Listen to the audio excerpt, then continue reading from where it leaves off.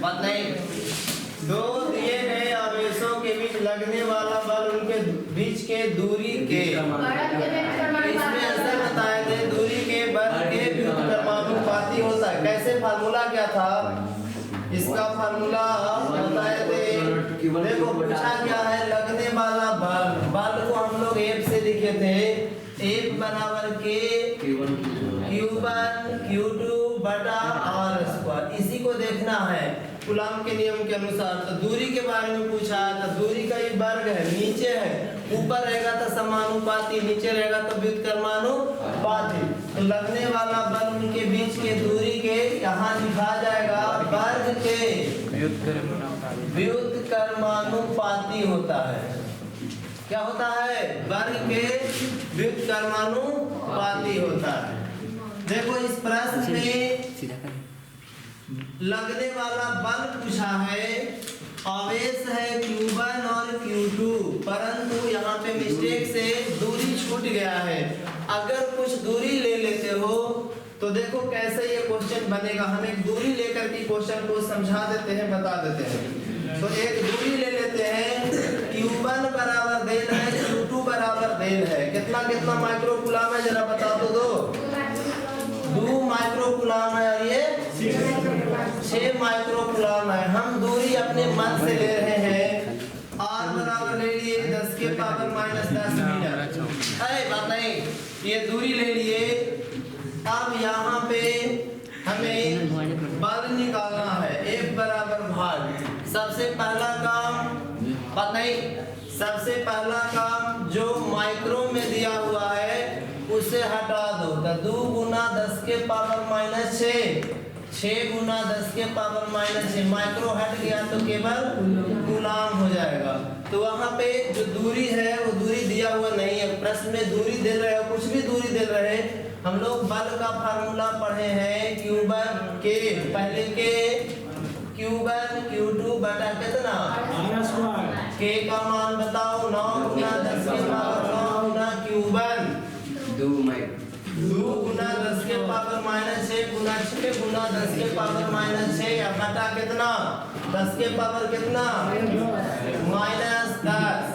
देखो अंक को गुना कर लो, 2 बार ना जी, स्क्वायर है तो 2 बार।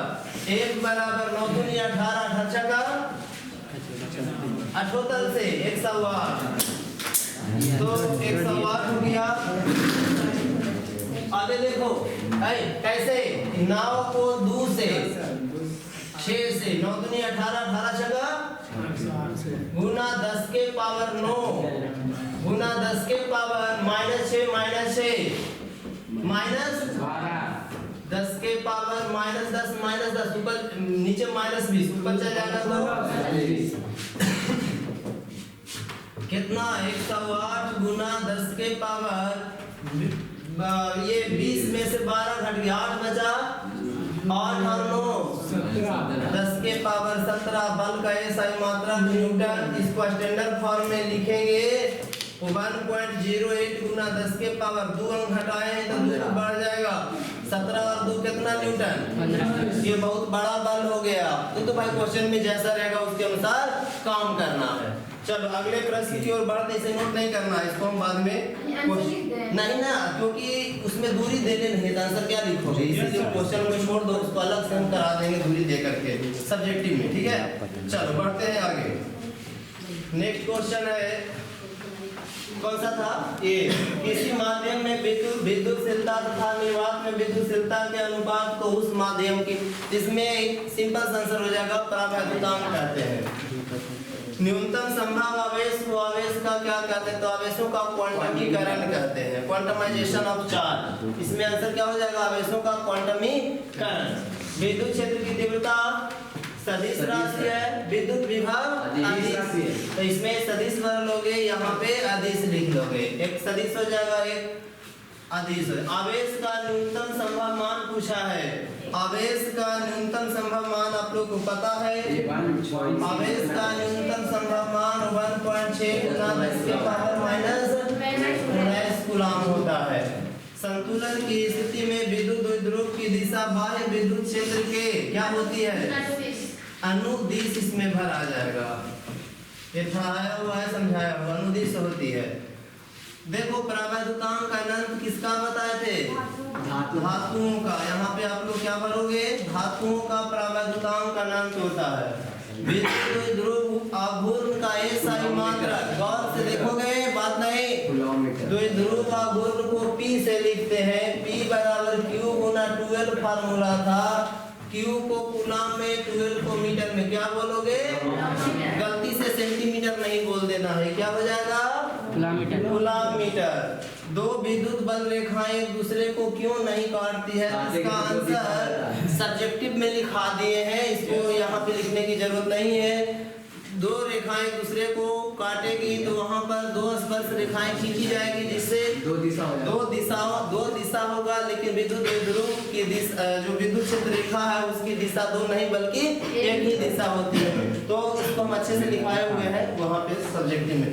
एक कूलम आवेश में कितना इलेक्ट्रॉन होता है? ऑब्जेक्टिव के लिए याद रखना 6.25 गुना 10 के पावर 18 इलेक्ट्रॉन। ध्यान देना, विद्युत द्विध्रुव के कारण विद्युत क्षेत्र की तीव्रता द्विध्रुव से दूरी के वर्ग, यहाँ पे लिखा जाएगा व्युत्क्रमानुपाती, वर्ग के व्युत्क्रमानुपाती होता है। यहाँ पर लिख लेना वर्ग के व्युत्क्रमानुपाती, इसमें वर्ग उधर में व्युत्क्रमानुपाती लिखो जाते, वर्ग के व्युत्क्रमानुपाती। इसका आंसर हम अभी नहीं दिखाए हैं क्योंकि लंबा है, इसका क्वेश्चन मेरे कॉपी में लिखा हुआ है। यहाँ पे वर्ग, यहाँ पे व्युत्क्रमानुपाती। 14 नंबर, विद्युत द्विध्रुव के कारण उसकी निरक्षीय स्थिति में, विद्युत द्विध्रुव के कारण निरक्षीय स्थिति में विद्युत क्षेत्र की तीव्रता समान दूरी पर अक्षीय स्थिति में विद्युत क्षेत्र की तीव्रता की होती है। कितना गुना होता है? तो देखो ध्यान से, निरक्षीय में आधा, अक्षीय में दुगना। निरक्षीय में फार्मूला याद करो, E बराबर 1/4πε0 कितना? निरक्षीय की बात कर रहे हैं तब P बटा R। अक्षीय की बात करेंगे तो 1/4πε0 P बटा R। तो निरक्षीय में आधा और अक्षीय में क्या? दुगना, जिसका दुगना। तो किसकी बात कहा जा रहा है? क्वेश्चन को समझ के देखो। विद्युत द्विध्रुव के कारण उसकी निरक्षीय स्थिति में विद्युत क्षेत्र की तीव्रता समान दूरी पर अक्षीय स्थिति में विद्युत क्षेत्र की तीव्रता की। निरक्षीय की बात कहा है, अक्षीय की बात कहा था तो दुगना लिखते। निरक्षीय की बात कहा है, अगर निरक्षीय में कितना होगा तो अक्षीय की तुलना में निरक्षीय में आधा होगा। अक्षीय में कितना होगा तो इसकी तुलना में इसमें दुगना होगा। अक्षीय पूछेगा तो दुगना बोलना है, निरक्षीय पूछेगा तो आधा होगा। तो यहाँ पे क्या होगा? आधा आधा आधा। अक्षीय रहेगा यहाँ पे, अक्षीय स्थिति में विद्युत क्षेत्र की तीव्रता की होती है। निरक्षीय की बात कहा है कि निरक्षीय में कितना होता है अक्षीय की, तो निरक्षीय में अक्षीय की दुगना हो। और अक्षीय पूछता अक्षीय में निरक्षीय कितना होता, तो अक्षीय में कहता अक्षीय में निरक्षीय की दुगना, निरक्षीय में अक्षीय की आधा। ध्यान दो, बढ़ते आगे क्या लिखोगे यहाँ पे? इसमें आधा लिख लेना, इसमें आधा आधा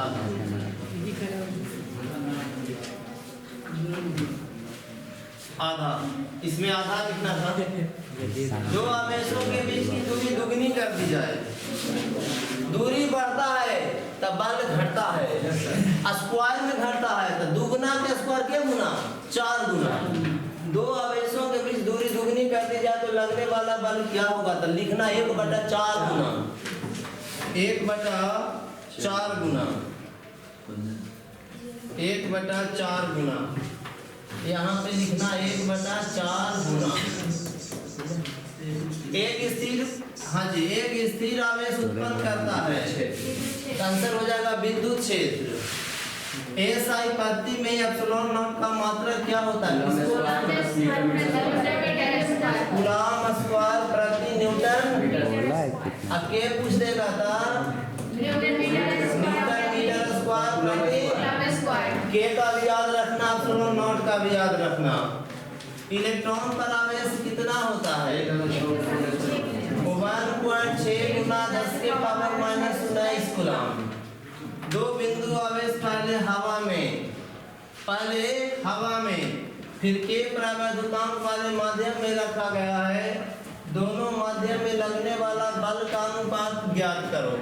तो देखो, दो बिंदु आवेश पहले हवा में है, लगने वाला बल हवा की बात करोगे तो बोलो O1/4 pi epsilon not Q1 Q2 बटा हवा के लिए कितना लेना है? O1 लेना है। और F2 निकाल लो जिस माध्यम की कहा है, बोलो जी। O1/4 pi epsilon not into कितना कह रहा है? के कह रहा है जी, कितना कह रहा है? के प्रवैधुतांक Q1 Q2 बटा ई खत्म इससे ऊपरे O1 बचा और नीचे में नहीं चला O1/O1 नीचे O1 बटा के ऊपरे चल जाएगा, यानी कितना गुना हो जाएगा? के गुना हो जाएगा। तो आंसर क्या लिखोगे? इतना तुम लोग मत लिखो, है ना? कितना गुना? 2 के गुना अनुपात, सॉरी के गुना नहीं अनुपात पूछा है।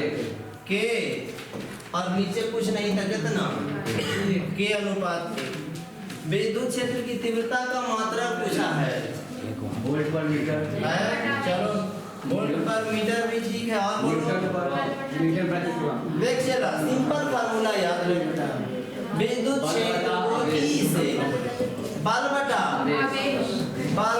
आवेश, बात नहीं करोगे। बल को न्यूटन में, आवेश को क्या बोलेंगे? न्यूटन प्रति वोल्ट प्रति मीटर भी इसी को हम बोलते हैं।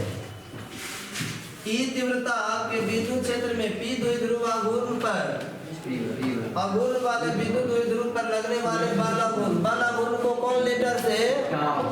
टाउ से। टाउ बराबर P क्रॉस E बोले थे। अगर थीटा दिल है तो टाउ बराबर ये भी बोले थे कि PE sin थीटा। तो आप लोग दोनों चीजें लिख लेना, या तो क्रॉस में या तो फिर क्रॉस हटा देते तो हाँ जी, जहाँ साइन आए वो सदिश गुणनफल में, अगर कॉस के रूप में है तो वो अदिश राशि है। किसी विद्युत द्विध्रुव के अक्ष से ही छोटा r है, सुधार लोगे, सबके सामने फोटोकॉपी है। r लिखा था, उसको r बना लो, छोटा r बोले, लिख लिए, लिखा गया। किसी विद्युत द्विध्रुव के अक्ष से r दूरी पर विद्युत क्षेत्र की तीव्रता कितना होगा? किसी विद्युत द्विध्रुव के अक्ष से r दूरी पर का r दूरी पर विद्युत क्षेत्र की तीव्रता बोलो Q बटा R स्क्वायर। फ्लक्स का मात्रक पूछा है और बीमा पूछा है। कैसा फ्लक्स? तो विद्युत फ्लक्स। आवेश विद्युत क्षेत्र गुणे एरिया होता है। हाँ जी बिल्कुल। देखो हटाए, लिख दिए, लिख लो, चलो जल्दी। दिक्कत तो बोलना, E बराबर 1/4 pi epsilon 0 Q by R। तो फार्मूला सबको याद हो गया होगा। Yes sir.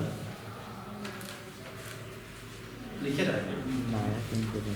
चलो फ्लक्स को हम लोग कैसे लिखते हैं? फाई से।